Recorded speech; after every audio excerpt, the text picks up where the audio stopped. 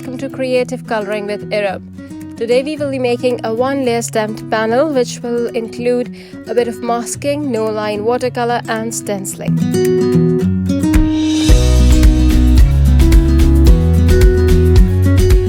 I will be using the Beautiful Day stamp set today, and I'll start by stamping the flower in Worn Lipstick Distress ink, since I'll be using rouge and ruby red watercolor brush markers to color this flower, and the worn lipstick will work well with these shades.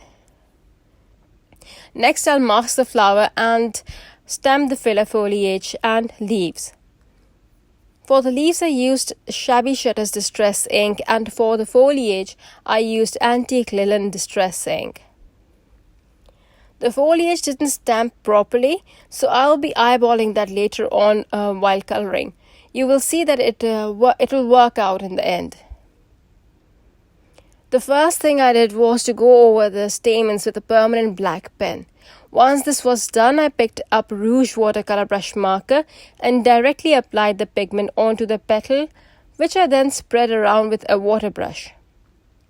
It's after this first petal I realized that it was just too dark and the petal lost all its bends and folds. So for the next petal, I used an acrylic block. I smeared some of the watercolor pigment onto that block and picked it up with my water brush, and then proceeded to watercolor.